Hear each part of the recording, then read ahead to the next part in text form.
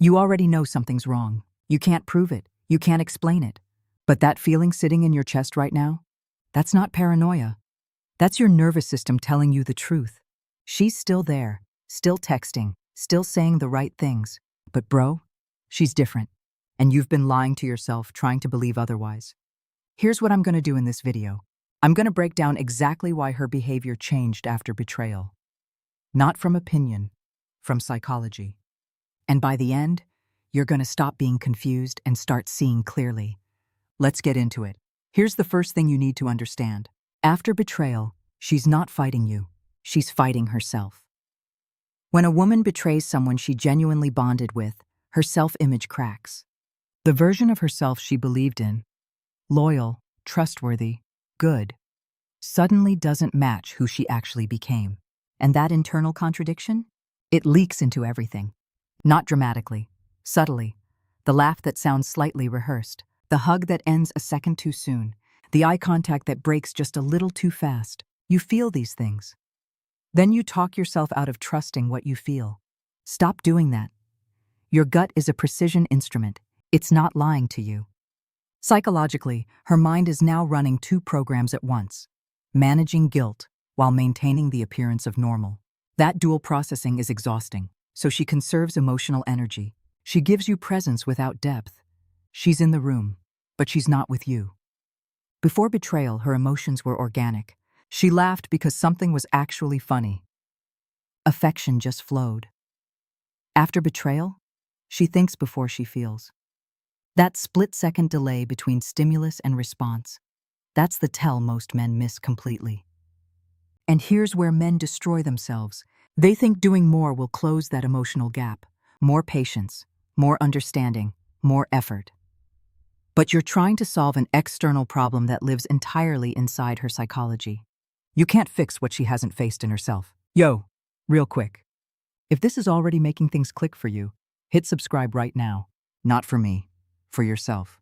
Because men who understand psychology at this level don't get blindsided twice. New videos drop every week, and they go deep. Tap it. Let's keep going. This is the part that's going to mess with your head the most. The hot and cold.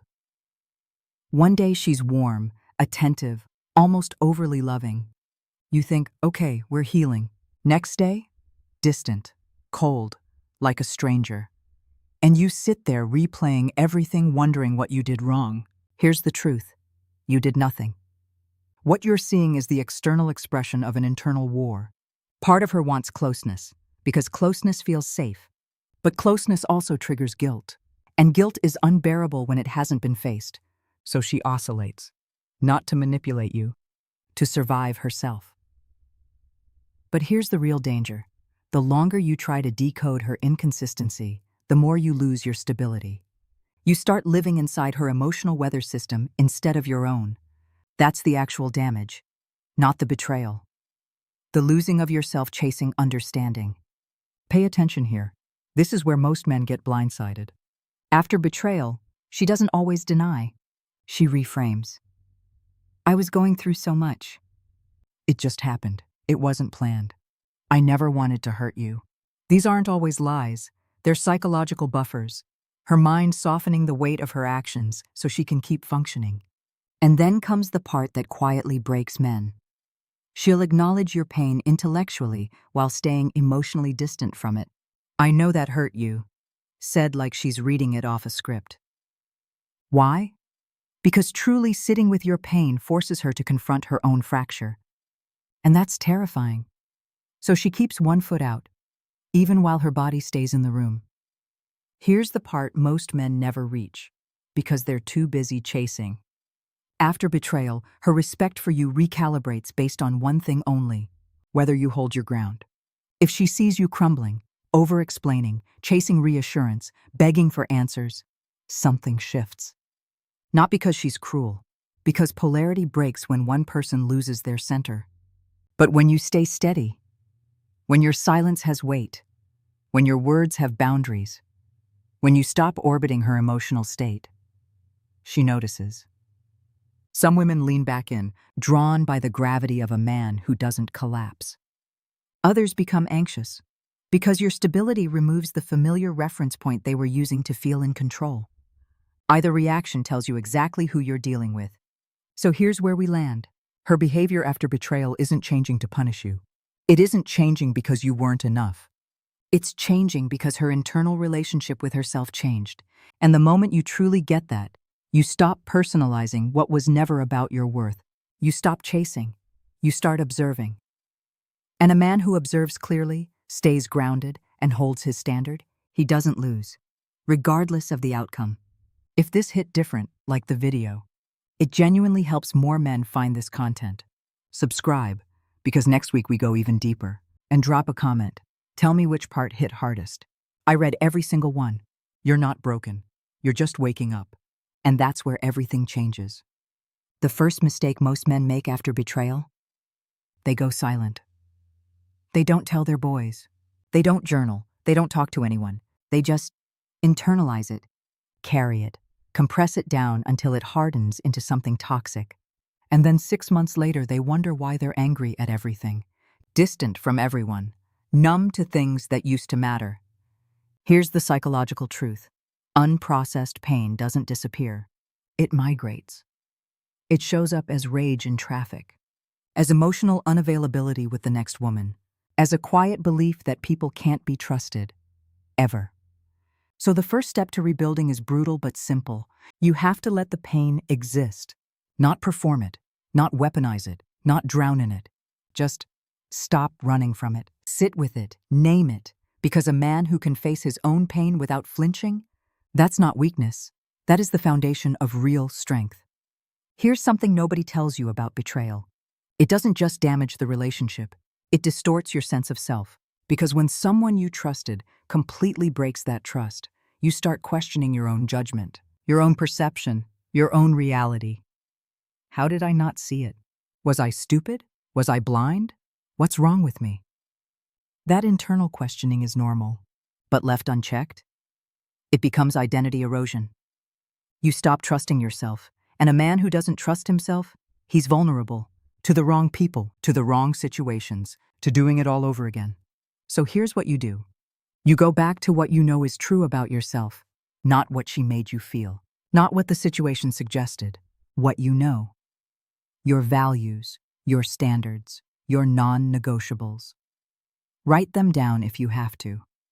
Because clarity about who you are is the single most protective thing you can build right now. You don't rebuild a relationship first. You rebuild yourself first. Yo, if part 1 brought you here, and this is already adding something, subscribe right now. Because this channel is built for men who are doing the real internal work. Not surface-level motivation. Deep psychological clarity. New videos every week. Tap it. Let's keep going. After betrayal, most men fall into one of 2 traps. Trap 1. Obsessive analysis. Replaying conversations, checking her social media, searching for the moment it all started, trying to construct a timeline that makes sense of the senseless. Bro, you will never find closure in her behavior. The answers you're looking for don't live in her Instagram activity or her text responses. Trap 2. Immediate replacement. Jumping into something new before you've dealt with what just broke you. Using a new woman to patch a wound that needs actual healing. This doesn't protect you. It just gives your pain a new address. Both traps have one thing in common. They keep your attention outside yourself. On her, on the situation, on anything except the internal work. So the move is this. Redirect your obsessive energy inward. Channel the analysis into self-understanding. Channel the need for connection into building something real with yourself first. That redirection is where real recovery begins. Here's the part most men get completely backwards. After betrayal, the instinct is to build walls. Go cold. Decide that vulnerability is weakness and emotional openness is dangerous. And I get it. That instinct makes sense. But here's what actually happens when a man builds walls instead of standards. He doesn't protect himself. He imprisons himself. He becomes emotionally unavailable to every good thing trying to reach him. He pushes away real connection because he's too busy defending against fake threats. Walls keep everything out. Standards let the right things in. So instead of shutting down, get precise. What behavior will you no longer accept?